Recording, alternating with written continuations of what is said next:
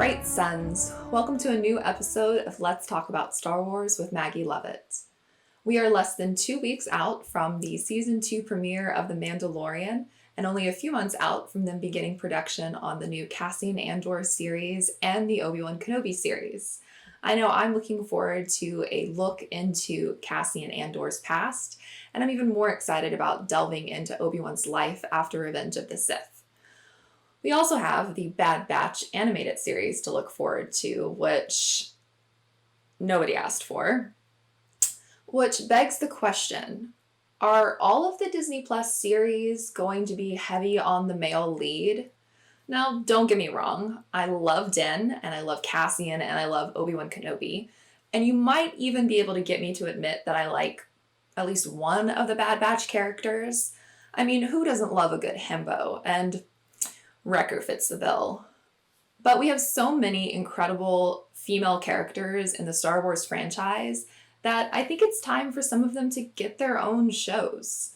And so today we're going to be looking into some of the characters that I think should get their own spin-off series. I mean, there are a lot of rumors going around, and I'm not one to put much stock into scooper rumors. The only rumors I like happen to be a song by Fleetwood Mac. So I think we should all tread carefully when it comes to rumors about new series, but it never hurts for us to wish for what Star Wars will do next.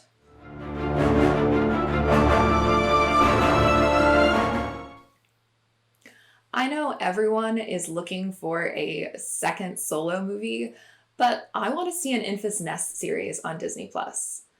I mean, look, she was the leader of the Cloud Riders, she's a resistance fighter, and who doesn't want to see a female-led band of space pirates fighting against the Crimson Dawn crime syndicate? Sign me up. We've only seen her character in Solo and in Solo-adjacent content, and I think Erin Kellyman is brilliant and needs to be in more Star Wars. They made such a big deal about concealing the character's identity that I feel like there has to be more of a story for her. Not to mention, by giving Enfys her own series, we would also probably get to see more of qi'ra, which leads me into the second character who really should be part of a spin-off series. I want to know how qi'ra came to work for the Crimson Dawn, and I also really want to see what her and Maul are getting up to. And let's be real, if we're talking about a live-action Maul, Sam Witwer is right there. There is absolutely no reason why he shouldn't be cast as Maul. He is brilliant. So basically, I just want to see a series where you have a female-led band of pirates going up against a female-led Crimson Dawn crime syndicate. I think that would make for one heck of a Friday morning series to watch. A Sabine Wren spin-off series just makes sense. I know that when The Mandalorian was in early production in 2018, a lot of people were actually thinking the series would be about Sabine. We know that Tia would love to see her character brought to life either in another animated series or in live action, so a lot of people were really hoping that The Mandalorian would showcase her. Fingers crossed, we'll still see her in the new Mandalorian season. But aside from that, I think she needs her own standalone series because she doesn't need to be tied to somebody else's story. She's a fantastic character, and we really got a great look into her life during Rebels, but I want to see more. If you don't like spoilers, cover your ears now. The Disney Plus Belgium account on Instagram already spoiled that we will be seeing Ahsoka in The Mandalorian, and that she will be played by Rosario Dawson. Now, just because we're seeing her in live action doesn't mean that I don't want to see her in other mediums.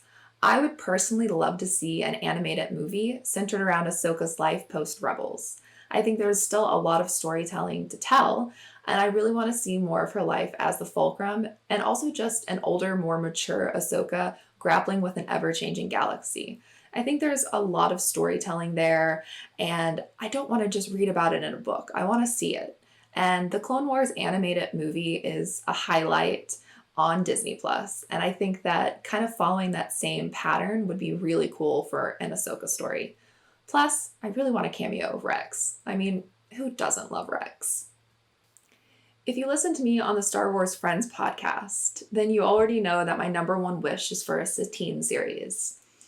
I think there's such a great story there between the two sisters. You have Bo-Katan, who is a young warrior, and you have Satine, who is a young leader. And I would really just like to see their growing up in the Mandalorian culture. And I really want to see Satine and her first meeting with Obi-Wan and their time on the run and their falling in love and how Corky was conceived. Did I say that out loud? Anyways, I just really love the Mandalorian culture and I love their lore and I love how every single clan is a little bit different. So there's no reason that just because we would have a Sabine series that we can also have a Satine series and that we can also have a Din series. All of those clans seem to operate entirely different. And I really just want to see more of their stories. And I think Satine and Bo-Katan have such a rich history and a slightly different story than we've seen before. All right, so here's my pitch for an animated series geared towards a younger demographic. What if I told you there were two characters, sisters, who grew up on a mining planet that had been stripped of its resources by the oppressive First Order, and they go on to join the Resistance and fight for the good guys? If you're thinking of Paige and Rose Tico, then you would be correct. I love Rose. I think that what The Rise of Skywalker did to her character is a travesty. And even though she's supposed to play a bigger role in the upcoming Star Wars holiday special, I think that her character really does warrant having her own series. And I think having this younger animated series focused on the two sisters growing up, their life on Hayes Minor, and then as they settle into their roles in the Resistance would make for a really inspiring kind of coming of age story for a younger audience. And I think it could honestly span 3 seasons, possibly more. I just feel like there's a lot of storytelling to be told there, and it doesn't need to just be in Forces of Destiny comics. I think it could be an animated series where it would reach a wider audience. Now, here's a villain that was done dirty. If you loved Ventress, I'm sure that you, like myself, are disappointed with how her story ended in the Clone Wars. She had just started to make changes in her life. She was settling into a new role as a bounty hunter, and then she was killed for no reason. And let's be honest, deaths have been retconned in the past in Star Wars. I'm looking at you, Maul. So why can't Ventress come back? I know she was buried and everything, but there's ways to bring her back from the dead. And if Star Wars can't bring her back, I would love to see an animated series about the Dark Discipline. I think that is a really stellar book, and I think her connection with Quinlan Vos was very fascinating. And would make a really good animated series. I think Ventress would probably be difficult to bring into a live action series just because of the character design, but never say never. I would just really like to see a villain that has been redeemed be allowed to be alive and live with that change. We frequently see dark side characters only having the option of death. So I think she would really make for a fascinating story and exploring life after the dark side. Plus, we need more badass bounty hunters out there. The Dr. Aphra comic books are honestly some of the best comics coming out of the franchise in the last 10 years. And I mean, did you listen to that audiobook? I mean, who doesn't want an Indiana Jones style character in the Star Wars universe? And I think that it could make for a really interesting live action series. Now, I know Emily Wu Zeller has only mostly done voice work, but could you picture her as a live action Dr. Aphra? I mean, I'll settle for a animated series that's based off the comics, bringing to life what we've already seen. I know not everyone reads comic books, and I think that either an animated series or a live action would expose more people to the awesomeness which is Dr. Aphra. Plus, we would get a live action Magna and Aphra. I'd be cool with that. So, I mean, I just think this is a character that deserves to have her own series and to be a staple in the Star Wars universe. In a perfect world, we'd also have a Mara Jade series. She was the Jedi that I grew up idolizing along with Jaina Solo as a child, but there are so many fantastic female characters to look up to in the Star Wars franchise right now. And I'm saying this as a white woman with brown hair. We need to move away from the white brunette Star Wars lead. It's getting a little ridiculous. And there are so many fantastic, wonderfully diverse characters in the franchise that deserve to have their own standalone series, whether it is an animated series, a live action, or even just a movie. I think that it is time to expand beyond having very kind of cookie cutter leads that we've been seeing in the last 5, 6, 7 years. And frankly, the last 40.